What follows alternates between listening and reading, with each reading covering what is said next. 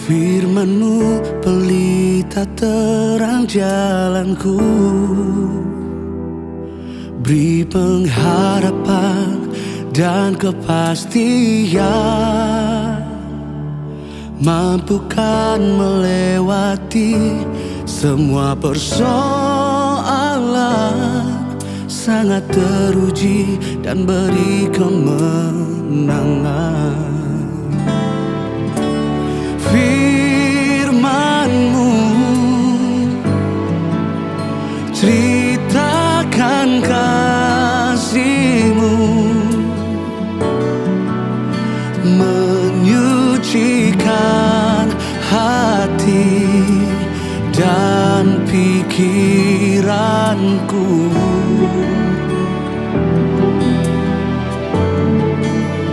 Menjadikan berkah kehidupan kekal, sampai ku menjadi harta kesayangan-Mu.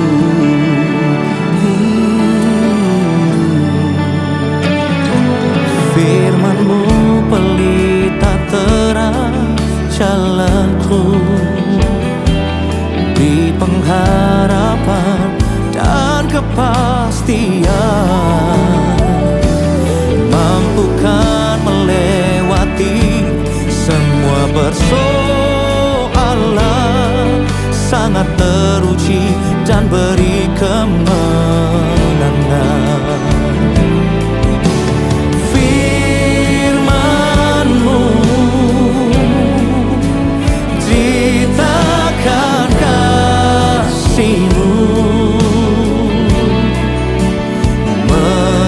Menyucikan hati dan pikiranku,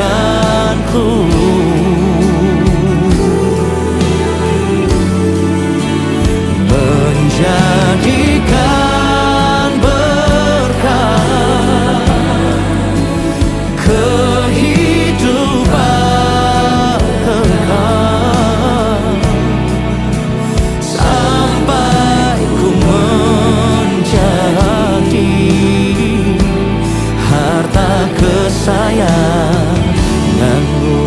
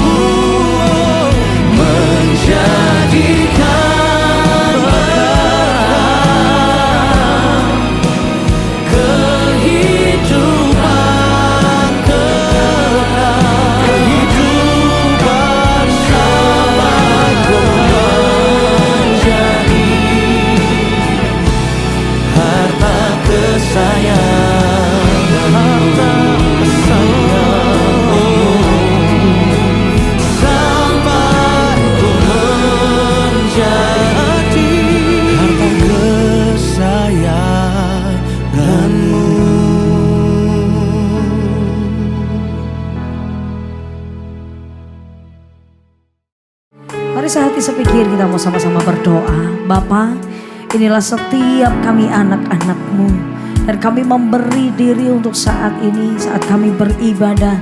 Hanya satu yang kami minta, biarlah kami mengalami perjumpaan dengan Tuhan. Sebab kami percaya waktu kami mengalami perjumpaan dengan Engkau, hidup kami dibaharui, hidup kami diubahkan. Kami dibawa semakin hari semakin serupa dan segambar dengan Kristus. Kami mengizinkan Roh-Mu bekerja secara leluasa, dan Kau menjamah setiap hati kami, menguatkan setiap kami Tuhan. Terima kasih Bapa. Ini hati kami yang memuji, Ini hati kami yang menyembah Engkau. Di dalam nama Tuhan Yesus kami berdoa. Amin. Hanya Engkau satu-satunya sumber kekuatan di dalam kehidupan kami Tuhan. Mari katakan, Tuhan adalah kekuatanku. Bersama Dia ku tak akan goyah.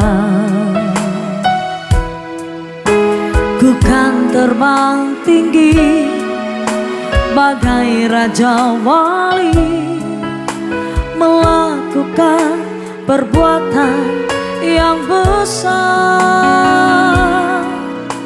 Tuhan adalah kekuatanku. Bersama Dia ku tak akan goyah. Amin. Ku kan terbang tinggi bagai Raja Wali, melakukan perbuatan yang besar.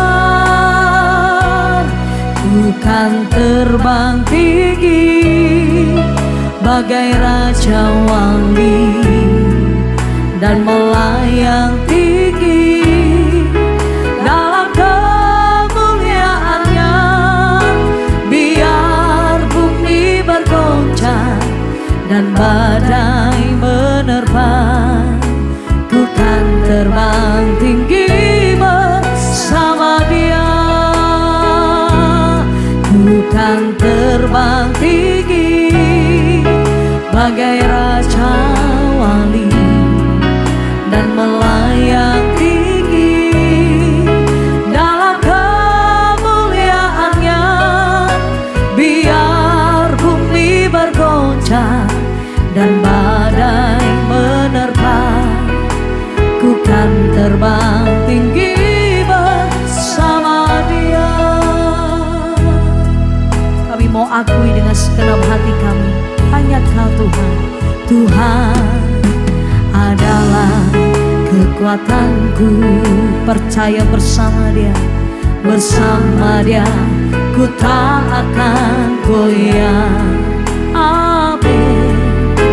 Ku kan terbang tinggi bagai Raja Wali, melakukan perbuatan yang besar.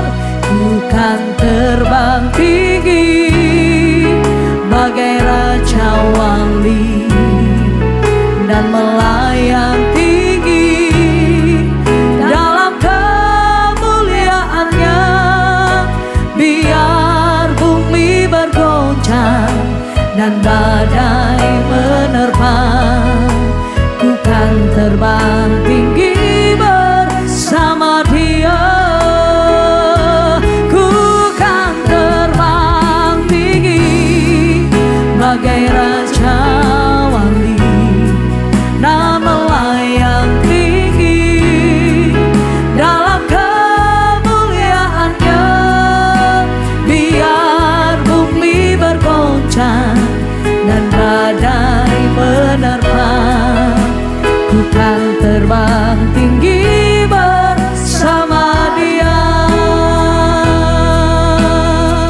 Sungguh kami percaya Tuhan, ku kan terbang tinggi bagai Raja Wali dan melayang tinggi dalam kemuliaan-Nya.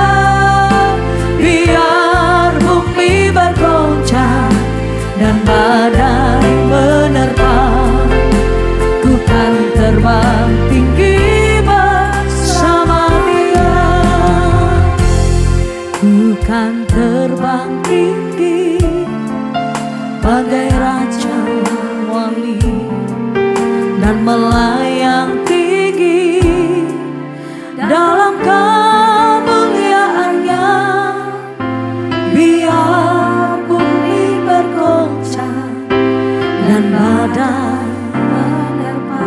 Percaya Tuhan yang melingkupi kita, dalam naungan sayap ada perlindungan. Ku kan terbang tinggi. Amin. Bagai Raja Wali. Terima kasih Tuhan. Dan melayang tinggi dalam kemuliaan-Nya. Biar bumi bergoncang dan badai menerpa, ku kan terbang tinggi bersama Dia. Ku kan terbang tinggi bersama Dia. Ku kan terbang tinggi bersama Dia.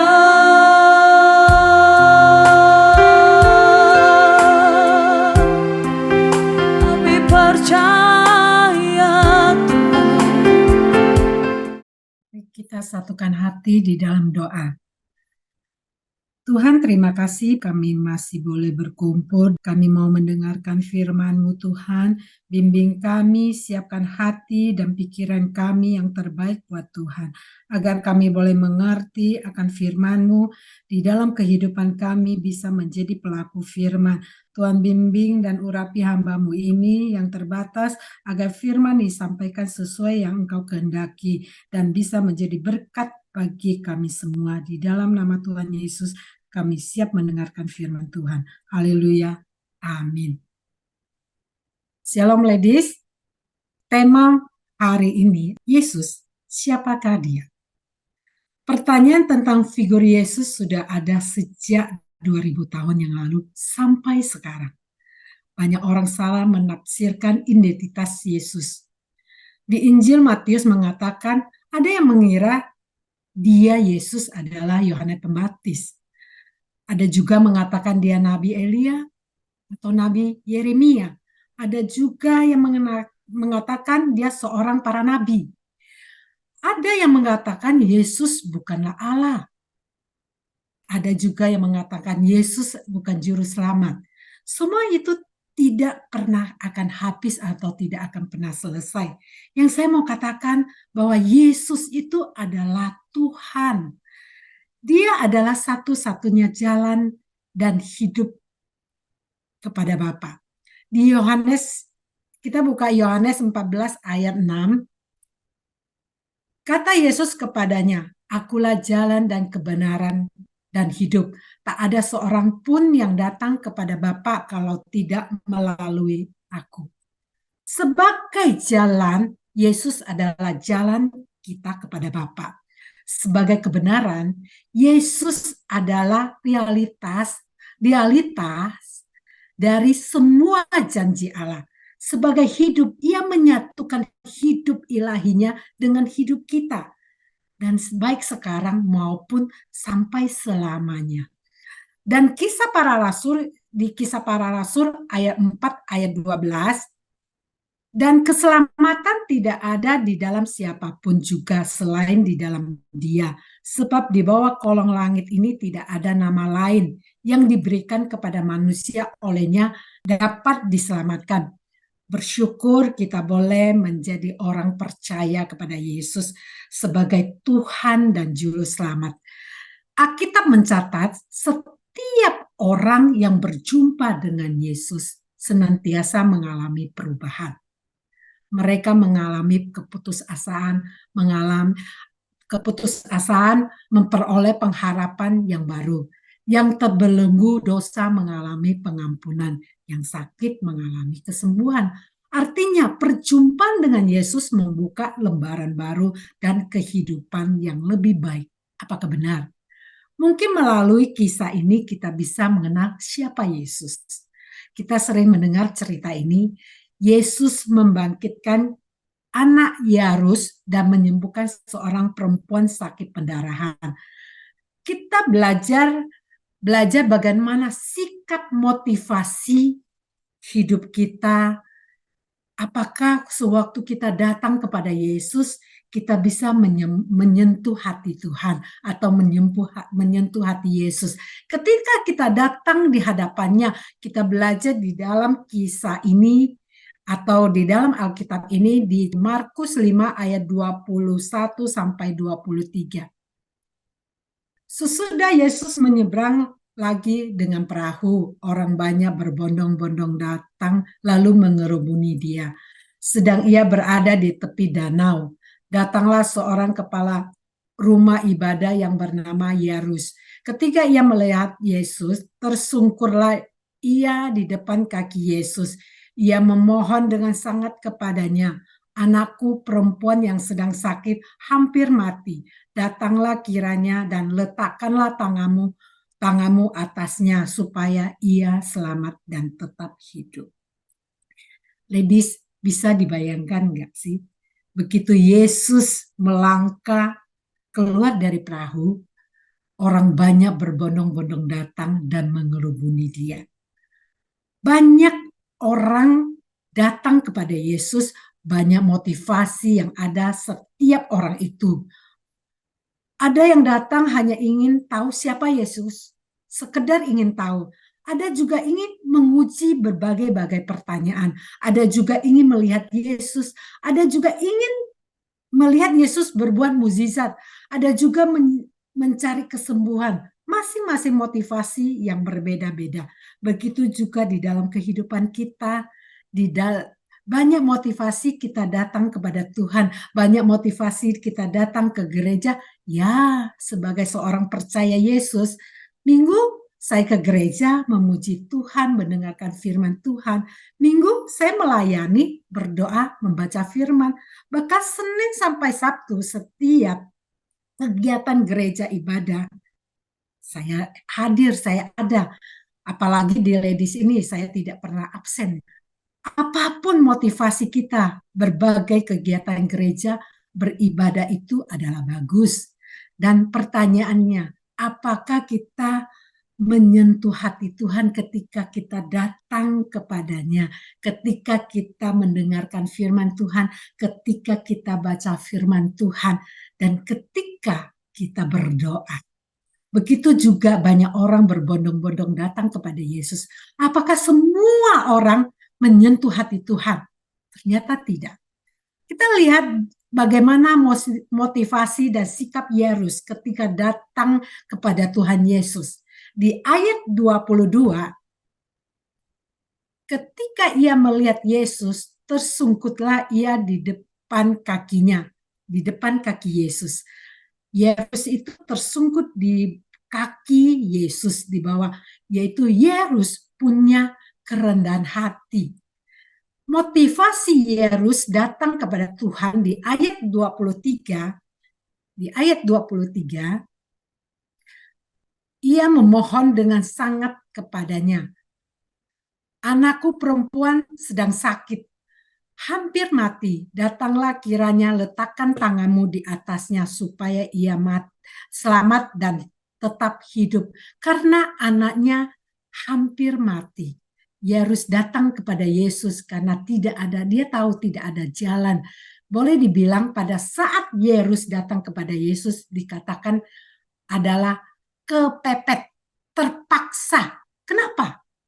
Karena Yairus tahu Yesus adalah satu-satunya jalan yang bisa menyembuhkan anak dia yang sedang sakit. Hanya Yesus yang bisa menyelesaikan masalahnya. Alkitab mencatat Yairus itu adalah seorang rumah ibadah Yahudi, kepala rumah ibadah Yahudi. Dia seorang pemimpin sinagog, boleh dibilang sekarang seorang pemimpin gereja ya. Seorang pemimpin yang bertanggung jawab atas gereja atau atas ibadah, atas kegiatan ibadah. Dia seorang terhormat, dia disegani, dia orang yang terpandang, dia mempunyai kedudukan, dia punya jabatan di dalam kalangan bangsa Yahudi. Karena Yairus mempunyai masalah anak perempuannya yang sakit, yang hampir mati. Tindakan Yairus tersungkur di bawah kaki suatu tindakan penghormatan atau penyembahan yang berani. Dia bisa kehilangan segalanya atau dikucilkan. Demi anaknya, dia lupa teman-temannya, dia lupa kehormatannya, dia lupa akan keangkuhannya, datang kepada Yesus dengan penuh kerendahan hati. Di masa itu seorang pemimpin mengundang Yesus tuh agak aneh pada saat itu. Orang terhormat mau datang sendiri dan tidak menyuruh seorang utusan. Boleh dibilang dia itu adalah seorang pemimpin sinagog. Tadi dibilang bahwa dia adalah seorang terhormat. Kenapa dia tidak mengutus seorang utusan? Bisa dibayangkan sebagai orang tua yang meninggalkan anaknya. Mana tega sih meninggalkan anaknya yang dalam keadaan kritis. Pada saat itu anaknya hampir mati, boleh dibilang kritis ya. Mungkin juga pada saat itu tidak ada orang lain yang bisa diminta pertolongan. Jadi dia terpaksa untuk datang sendiri kepada Yesus. Di ayat 35, kita lihat di ayat 35, ketika Yesus masih berbicara, datanglah orang dari keluarga kepada rumah ibadah itu berkata, "Anakmu sudah mati. Apa perlu lagi engkau menyusah-nyusahkan guru?" Kerabatnya datang memberitahu kepadanya supaya dia tidak mengganggu Yesus. Kedengarannya agak aneh ya. Kedengarannya tuh kayaknya dia senang tidak meminta pertolongan kepada Yesus. Mungkin kerabatnya dan teman-temannya tidak setuju waktu dia usul akan mengundang Yesus ke rumahnya. Tapi demi anaknya dia tidak peduli. Dalam kritis itu, Yairus bingung, takut kehilangan pengharapan. Apa kata Yesus kepada Yairus di tengah-tengah krisis itu? Begitu juga Yesus berkata kepada kita pada saat ini di ayat 36. Tetapi Yesus tidak menghiraukan perkataan mereka dan berkata kepada kepala rumah ibadat, "Jangan takut, percaya saja.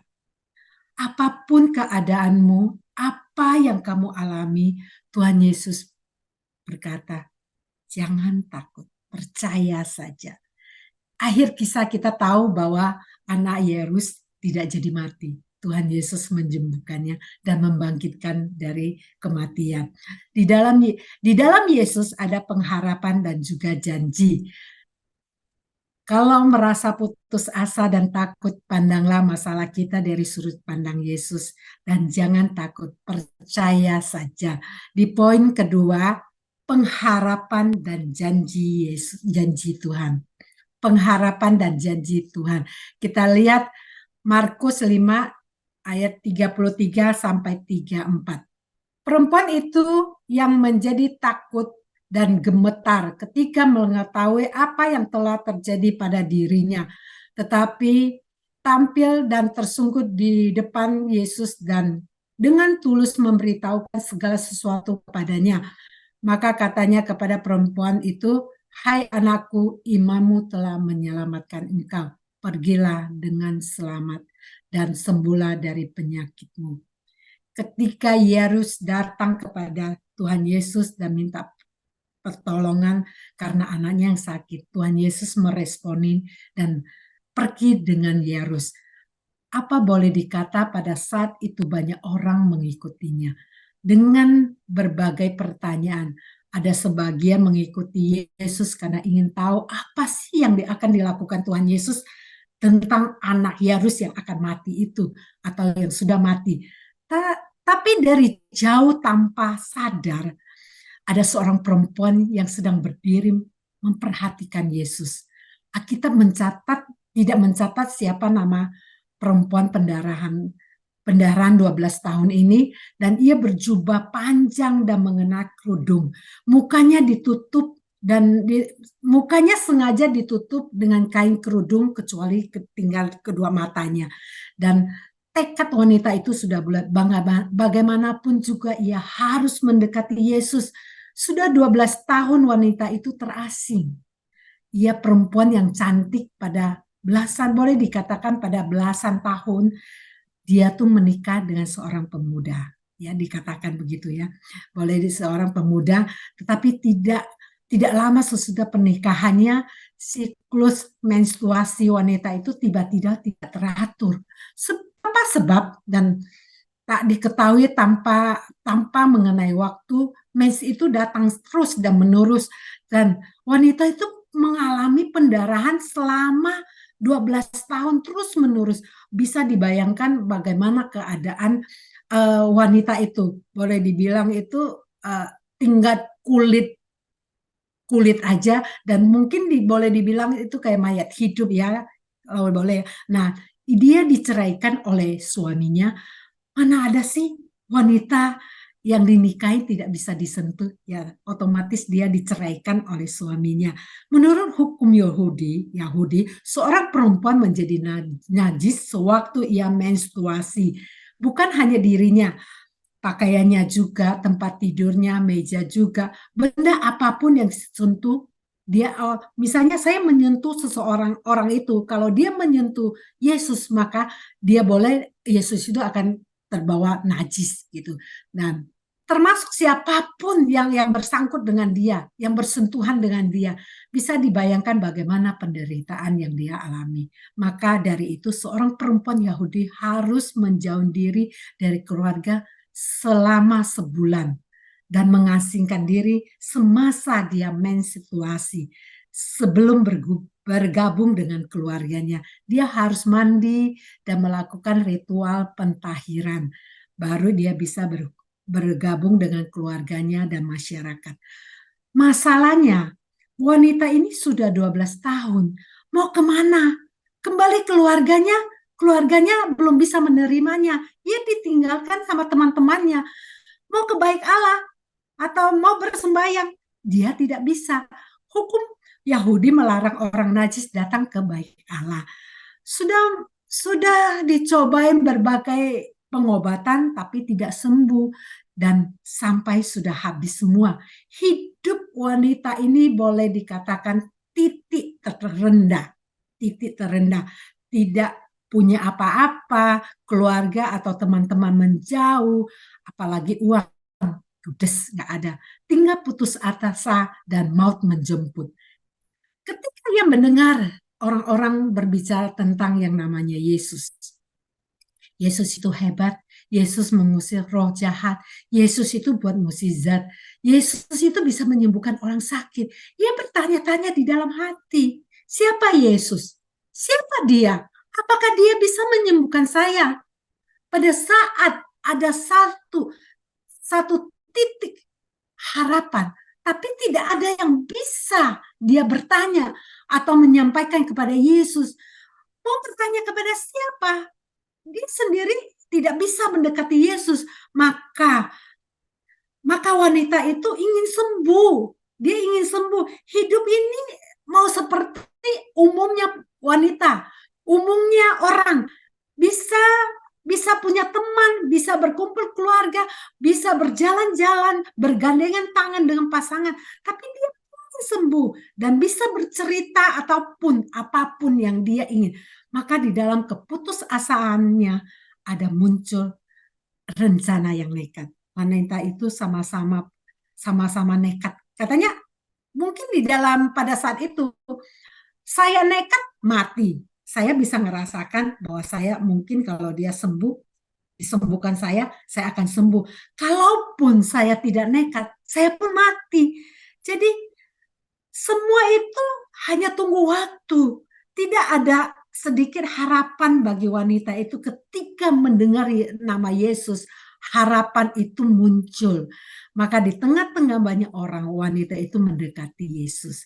Dari belakang dengan iman percaya dan pengharapan kepada Yesus dan dengan keyakinannya, katanya, asal saja aku menjamah jubahnya, aku akan sembuh. Dan ketika juga berhentilah pendarahannya, wanita itu menjadi sembuh. Alkitab mencatat katanya bahwa ada tenaga yang keluar dari diri Yesus. Di ayat 30, pada ketika itu juga Yesus mengetahui bahwa ada tenaga yang keluar dari dirinya. Lalu ia berpaling di tengah orang banyak dan bertanya, siapa yang menjamah jubahku? Wanita pendarahan 12 tahun itu sangatlah takut dan gemetar dan bersungguh di depan Yesus. Di dalam hati pasti akan dilempar batu. Karena pada saat itu adalah hukuman mati adalah lempar batu. Kemudian di telinga, tanpa dia sadar, dia mendengar kata-kata yang indah, yang ramah, yang yang sudah lama absen di telinganya. Yesus menyambut wanita itu di ayat 34. Maka katanya kepada perempuan itu, "Hai anakku, imanmu telah menyelamatkan engkau." Hatinya yang merasa ketakutan menjadi sejuk. Dan ingat, dia melihat Yesus pada saat itu, dia melihat Yesus. Yesus tersenyum kepadanya dengan lembut. Yesus menolong dia berdiri. Pada saat ia melihat Yesus menolong Yairus berdiri juga. Seperti saat itu juga Yesus menolong dia. Kemudian Yesus berkata, "Karena engkau percaya kepadaku, engkau sembuh. Pergilah dengan damai, kembalilah ke keluargamu." Ketika setiap orang percaya kepada Yesus, artinya Tuhan Yesus menyertai kehidupan kita, kemanapun, apapun keadaan kita. Dan cara Tuhan melihat masalah berbeda dengan cara kita melihat masalah kita. Ketika Yairus melihat keadaan anaknya, tidak ada pengharapan, datang kepada Yesus. Dengan penuh kerendahan hati dan pegang janji Yesus. Tadi Yesus berkata, "Percaya saja, jangan takut." Apa yang terjadi dalam kehidupan kita selama kita jalan bersama Yesus? Pastilah ada jalan keluar seperti Yairus. Iman yang membuat Tuhan berkenan tidak akan masalah kita. Ketika iman kita sungguh-sungguh seperti wanita pendarahan 12 tahun, maka kita akan menyentuh hati Tuhan. Ingat kembali akan kebaikan Tuhan dalam hidup kita. Jangan sekedar ingin tahu, tapi bertindaklah jauh, menjangkau Tuhan dengan iman sungguh-sungguh dan mengubah hidup kita dan karakter kita. Hati Tuhan tersentuh ketika kita datang kepada Tuhan. Datanglah kepada Tuhan dengan kerendahan hati sehingga Tuhan meresponi keberadaan kita. Tuhan mau bersama-sama dengan kita, maka ada jalan keluar di setiap persoalan kita sehingga kita menjadi milik Tuhan dan menjadi milik kesayangan Tuhan. Ketika saya pilih tema ini, Yesus siapa dia? Saya sempat deg-degan. Saya seperti jatuh cinta. Saya bertanya, "Tuhan, salah kali ya aku memilih tema ini. Tapi aku sudah terlanjur mengirimnya tema ini." Tuhan ingatkan saya bagaimana pertama kali saya pun bertanya ketika saya kenal yang namanya Yesus. Saya bertanya, "Yesus, siapakah dia? Sehebat itukah Yesus?" Sehingga saya ingin mencari Yesus. Dulu saya bukan seorang yang percaya atau bukan seorang Kristen. Saya sembahyang di vihara. Dalam lingkungan saya cuma waktu dulu cuma kenal 2 agama, yaitu agama Buddha dan agama Islam. Teman-teman saya agama Buddha dan agama Islam. Pada saat itu saya punya tetangga yang baru datang, pindah ke rumah saya di sebelah. Anak-anaknya sebelah dengan saya, punya anak 3 dan suami istri. Yang mencari nafkah adalah istrinya karena suaminya adalah sakit. Nah, pada saat saya pertama kali melihat keluarga ini, saya senang. Karena kenapa? Karena mereka kasih tugas pada saat pagi mereka menyembah Tuhan. Pada saat mereka kayak sudah pulang kerja, ini seorang ibu ini selalu memuji Tuhan. Walaupun kehidupannya pas-pasan, mereka memuji Tuhan. Dan yang membuat saya terheran-heran yang namanya Yesus, ketika papanya pingsan sakit, mereka berdoa dalam nama Yesus, Saya yang di rumah sebelah dalam nama Yesus. Siapa sih yang dipanggil-panggil? Yesus siapa? Saya sampai bertanya-tanya dan saya pun mengintip Apa yang mereka lakukan pada saat itu? Nyatanya anak-anak mereka itu pegang tangan papanya dan berdoa kepada Tuhan Yesus. Yesus, tolong papa saya. Yesus, sembuhkan papa saya. Sadarkan papa saya. Saya jadi penasaran, Yesus sehebat itukah Yesus yang namanya Yesus itu bisa menyembuhkan. Dan memang pada saat itu papanya bisa sembuh dan sadar. Dan saya pun ingin lagi mencari Yesus, sehingga saya pun ikut mereka ke gereja mendengar siapa Yesus, karena di dalam hati saya ada satu pertanyaan, Yesus itu siapa, belum terjawab. Dan ketika orang tua pun melarang saya, untuk ikut mereka tuh kepada Tuhan, ke gereja, tapi karena saya ingin mengenal siapa Yesus, dan saya mau kenal yang namanya Yesus, walaupun saya dipukul sama mama saya, tetap saya mencari Yesus, tetap saya ke gereja. Dan puji Tuhan, ketika saya percaya kepada Yesus, ada perubahan karakter saya. Mungkin dulu saya nakal, dan orang tua saya, papa mama saya melihat saya ada perubahan karakter, sikap saya bagaimana terhadap mereka, dan mama boleh saya ke gereja. Waktu pertama tidak boleh. Karena kenapa? Kalau saya pulang gereja, saya dipukul. Dan saya mengalami Tuhan. Pertama kali Tuhan jawab doa saya ketika saya mau dipukul mama. Saya hanya berkata, Tuhan, kalau boleh, mama itu boleh marah kepada saya. Tapi mama tidak boleh memukul saya. Karena sakit Tuhan, saya tidak mau dipukul sama mama saya. Tapi saya boleh dimarahin mama saya, tidak apa-apa. Dan puji Tuhan, ketika saya masuk pulang dari gereja, mama saya cuma hanya marah. Dan saya berkata, Tuhan kalau boleh tidak dimarahin juga. Ngapain? Dan Tuhan dipukul. Kan udah dijawab Tuhan. Kalau mau Tuhan, saya juga tidak mau dimarahin. Dan saya mau pergi gereja, dan puji Tuhan setelah itu seluruh keluarga saya boleh percaya kepada Tuhan. Dan adik-adik saya, ada satu adik saya juga menjadi hamba Tuhan di Pekanbaru. Dan ketika saya bertanya Tuhan Yesus, ya, saya juga cari sendiri. Saya cuma bertanya kepada teman saya, siapa sih Yesus? Ayo, kamu ke gereja ikut saya. Dan saya tahu. Dan saya ikut dia. Siapa Yesus? Siapa yang Yesus anggap cukup penting untuk dijamah? Di sini kita melihat banyak orang akan menjadi sadar mengenai Yesus. Sebagian mencari Yesus. Yesus menjangkau semua orang. Terlepas apakah dia kaya, apakah dia terkenal, apakah dia miskin, apakah dia muda atau tua, berdosa atau kudus. Yesus memberi perhatian yang sama kepada kita semua. Tak seorang pun berada di luar jangkauan kasih Yesus. Tadi dikatakan di lagu katakan bahwa Yesus adalah kasih. Makanya kita bersyukur boleh percaya kepada Tuhan Yesus bahwa kasih itu kita miliki, dan kita pun harus memberi kasih itu kepada orang lain.